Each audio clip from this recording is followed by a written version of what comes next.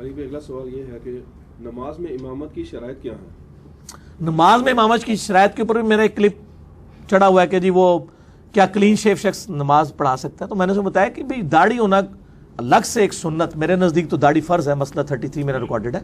البتہ یہ جو امامت کی شرائط آئی ہیں صحیح مسلم میں 4 آئی ہیں. سب سے زیادہ جس کے پاس قرآن کا علم ہو، قرآن کی قرات بھی وہ صحیح جانتا ہوں، یعنی اس کو عربی صحیح آتی ہو، عربی ترجمے والی نہیں، یعنی عربی پرونونس کرنی، یہ نہ ہو کہ وہ زبر کو زیر پڑھ رہا ہو، زیر کو پیش پڑھ رہا ہو، یا جو ہے وہ الحمدللہ ہی کو ہے پڑھ رہا ہو، یہ نہ ہو، مجہول نہ پڑھو، معروف پڑھ رہا ہو.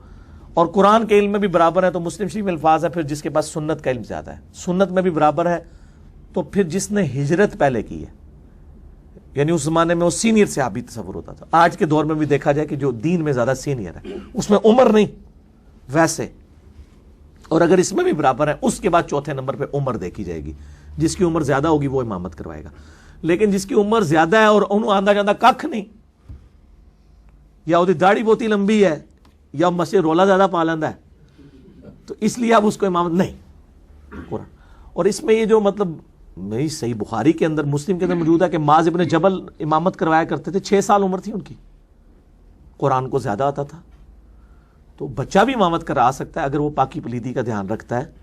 اس طرح نابینا بھی امامت کروا سکتا ہے اگر وہ پاکی پلیدی کا دھیان صحیح طریقے.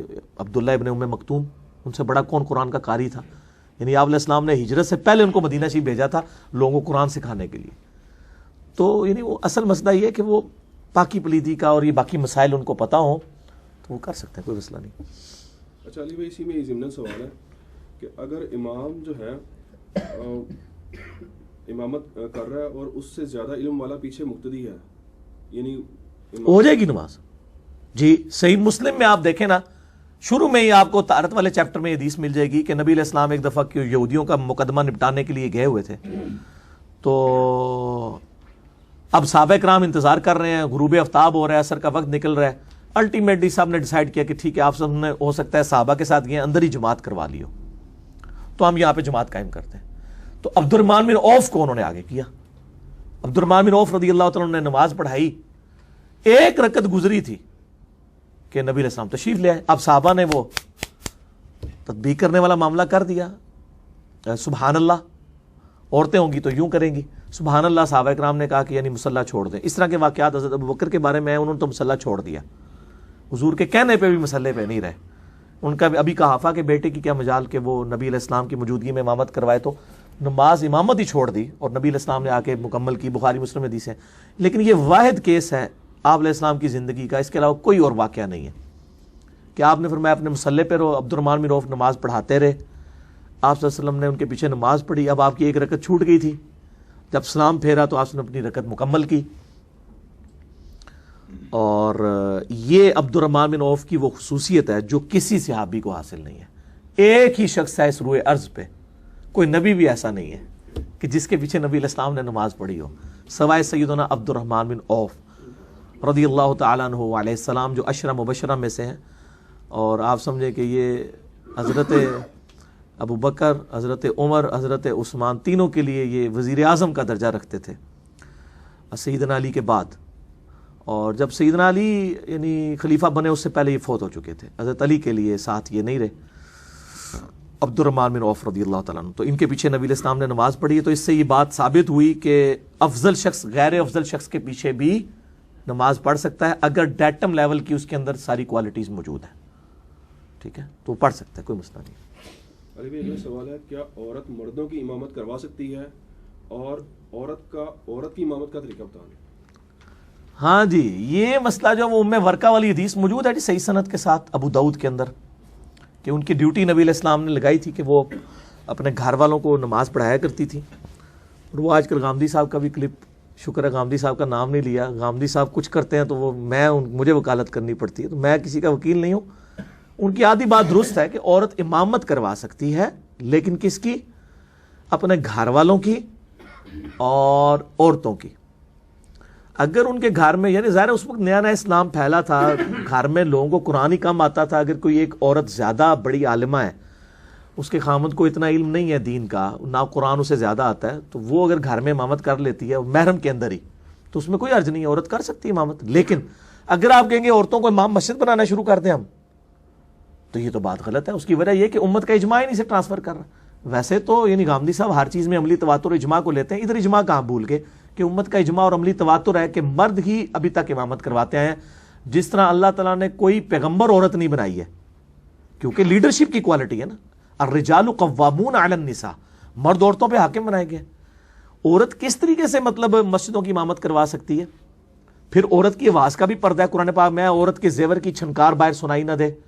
نبی کی بیویوں سے زیادہ پرہیزگار نہیں تھا، ان کو کہا گیا کہ تم کوئی لجاجت کے ساتھ بات نہ کرنا، کہ جس کے دل میں کوئی روگ ہے تو وہ کوئی اسکینڈل چلانا شروع کر دے. تو بات سختی کے ساتھ کرو، پردے میں کرو. جب یہ ہے تو اسلام کے تو مزاج میں، جو غامدی صاحب کے اپنے استاد امین احسن اصلاحی صاحب جو کہتے ہیں مزاج رسول، تو مزاج رسول صلی اللہ علیہ وآلہ وسلم تو یہی ہے کہ عورت امامت نہیں کروائے گی. تو میرا مسئلہ نمبر 161 بھی ہے 2 گھنٹے کا، عورتوں کے پردے کے احکام. عورتیں اذان دے سکتی کہ نہیں، اقامت کر سکتی کہ نہیں، نماز کا طریقہ کیا ہے، اور طواف کعبہ میں وہ 3 چکروں میں رمل کریں گی کہ نہیں، صحیح کے دوران دوڑیں گی کہ نہیں. یہ سارے مسائل میں نے اس حوالے سے کور کیے ہیں. تو عورت امامت کر سکتی ہے اپنے گھر والوں کی اگر وہ قرآن زیادہ جانتی ہے، البتہ پبلکلی نہ جائے، ظاہر ہے اس کی تو آواز کا بھی پردہ ہے. اور عورتوں کی امامت کروائے اس میں تو اجماع امت ہے. لیکن اس میں پھر جو ہے وہ میں نے اس میں میرا کلپ بھی دادا سے ریکارڈڈ ہے کہ اس میں وہ پھر وہ عورتوں کی صف کے اندر ہی کھڑی ہوگی، وہ آگے سے علیحدہ سے نہیں کھڑی ہوگی، اسی صف کے اندر کھڑی ہوگی، امامت کروائے. باقی یہ جو آج کل امریکہ اور یورپ میں فتنہ ہے کہ جی آگے عورتیں کھڑی ہیں، پھر وہ ویڈیوز بھی بنوا رہی ہیں پیچھے. یعنی ایک عورت کی آواز اگر خوبصورت ہے تو وہ مرد جو اس کے پیچھے نماز پڑھ رہا ہے تو اس کی خوبصورتی میں گھوم رہے گا. وہ نماز انہیں کھیت مٹی پڑھنی ہے. پھر عورتوں کے ساتھ نیچرلی ایسی چیزیں ہیں کہ ان کو پیریڈز آ جاتے ہیں، نماز کے دوران بھی آ سکتے ہیں. تو پھر وہ کسی سے کسی پیچھے اور مرد کو ہاتھ سے پکڑ کے آگے کرے گی، مطلب پاسبل نہیں ہے نا. تو یعنی یہ اسلام کے کلچر میں نہیں چیز بیٹھتی ہے کہ عورتیں جو ہیں وہ پبلکلی آ کے امامت کریں. گھر کے اندر اگر وہ صرف محرم رشتہ داروں میں امامت کر لیتی ہیں تو اس میں کوئی حرج نہیں ہے، اور عورتوں کی امامت کرتی ہیں تو اس میں بھی کوئی حرج نہیں ہے، جواز اس کے اندر موجود ہے. لیکن وہ والا جو مسئلہ ہے نا کہ جی وہ مردوں کی امامت کروائے اور جا کے مسجدوں میں عورتوں کو امام رکھنا شروع کر دیا جائے، تو یہ بالکل اجماع امت کے خلاف ہے.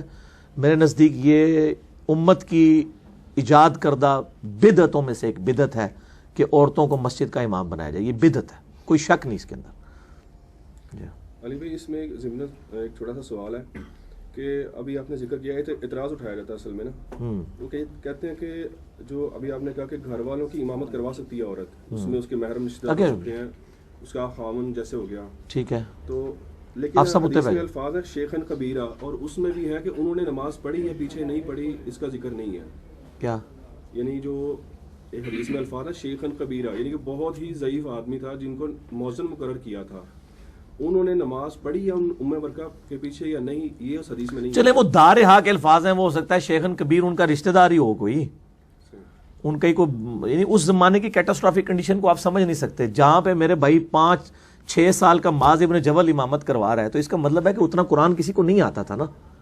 تو آج کے حالات و واقعات میں آپ دیکھیں چیزوں کو سمجھنا، اس وقت نیا نیا اسلام آ رہا تھا، لوگ چیزیں سیکھ رہے تھے. اب بخاری میں حدیث آتی ہے کہ ایک شخص آیا مسجد میں، اس نے کونے میں پیشاب کرنا شروع کر دیا. ہمارا تو بچہ بھی یہ کام نہیں کرے گا، اس لیے کہ بچے کی بچپن سے تربیت ہوئی ہے. اس وقت نیا نیا اسلام آیا ہے تو لوگ آہستہ آہستہ لرن کر رہے تھے، پھر آپ نے اس کو بلا کے سمجھایا کہ مسجد میں یہ کام نہیں کرنا. تو آپ ان حالات و واقعات میں بھی چیزوں کو لے کے دیکھیں کہ اس وقت کیا صورتحال تھی.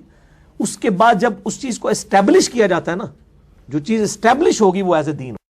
ایک اسپیسیفک کیس سے آپ یہ معاملہ نہیں لے سکتے. وہ اسٹیبلش تو میں بتا رہا ہوں اجماع ہے، ہمیں دکھائیں نا.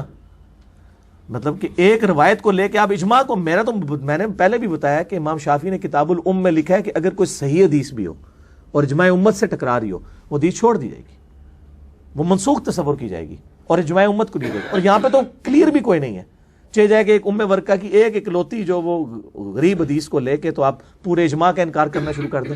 اجماع امت اور عملی تواتر کو تو غامدی صاحب خود جو ہے حدیث کے اوپر پرائرٹی دیتے ہیں. حدیث کیا، وہ تو حدیثوں کے اوپر پرائرٹی دے دیتے ہیں. اور یہ تو ابو داؤد کی ایک روایت ہے ہماری، وہ مین سٹریم کی بخاری مسلم میں بھی نہیں آئی ہوئی، ٹھیک ہے، اور وہ بھی ایمبیگوس ہے، مبہم ہے.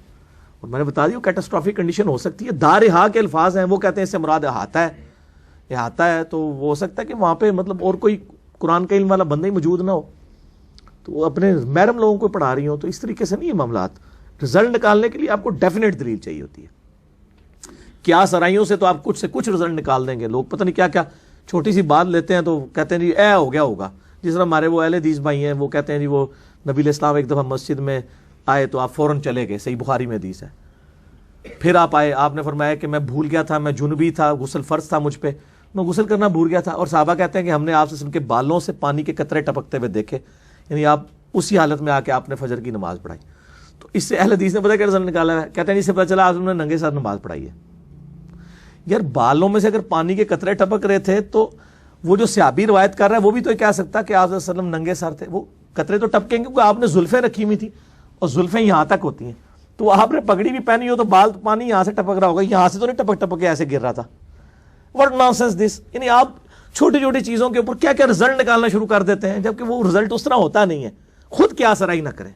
تو یہ بالکل بیوقوفی ہے, نان سینس کہتے ہیں بیوقوفی کو, بیوقوفی ہے اس طرح کے رزلٹ نکالنا.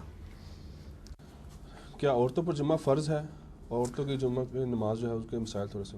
عورتوں پہ اجماع ہے کہ کوئی جمعہ فرض نہیں ہے, نہ عید کی نماز, نہ جمعہ, نہ جنازہ, لیکن تینوں پڑھ سکتے ہیں. صحیح مسلم میں حدیث ہے کہ عائشہ رضی اللہ تعالیٰ عنہا نے ایک صحابی فوت ہوئے تو کہا جنازہ اس کے ادھر رکھو, میں نماز جمعہ مطلب میں اس کی جنازہ پڑھوں گی.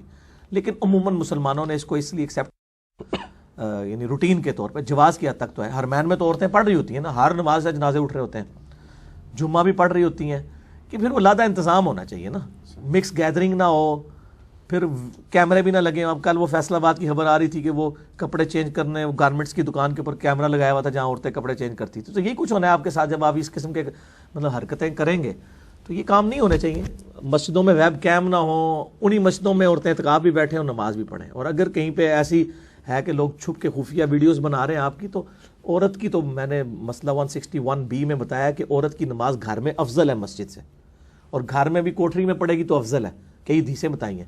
تو عورت کی تو ایک عورت کا تو مطلب ہی چھپانے کی چیز ہے, عورت کہتے ہیں چھپانے کی چیز کو, تو پردے کی چیز ہے. تو وہ جمعے کے لیے اس لیے کہا جاتا ہے تاکہ وہ دین کا علم حاصل کریں, کیونکہ جمعے کا اصل مقصد تقریر ہے.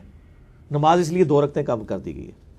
لیکن اگر جمعے کی مسجد میں جا کے ان کو کچھ بھی نہیں مل رہا, ٹھیک ہے, تقریر بھی کیا ہو رہی ہے جی, وہ غریب باتیں ہو رہی ہیں, تو وہ گاڑی میں زور کی نماز ہی پڑھے, کوئی ضرورت نہیں ہے.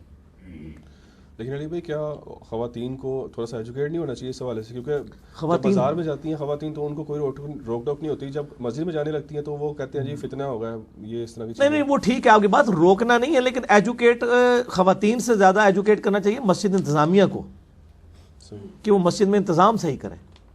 عورتیں تو بیچاری ایجوکیٹ ہی ہوں گی, تو وہ بازاروں میں جو عورتیں جا رہی ہوتی ہیں تو وہ مطلب اگر وہ جو برقعے میں یا پردے میں جا رہی ہیں وہ کم از کم خلوت میں تو نہیں پبلکلی جا رہی ہیں نا. اور یہ بھی تو خطرہ نہیں ہے, وہاں پہ اب مسجد میں جب جائیں گی تو انہوں نے نقاب بھی اتارنا ہے, نماز پڑھنی ہے, ان کی کوئی ویڈیو بنا لیتا ہے چھپ کے, کل کو نیٹ کے اوپر چڑھا دینا ہے فلانے مولوی صاحب کی زنانی ہے, فلانے دی زنانی ہے, تو مصیبت نہیں کھڑی ہو جائے گی.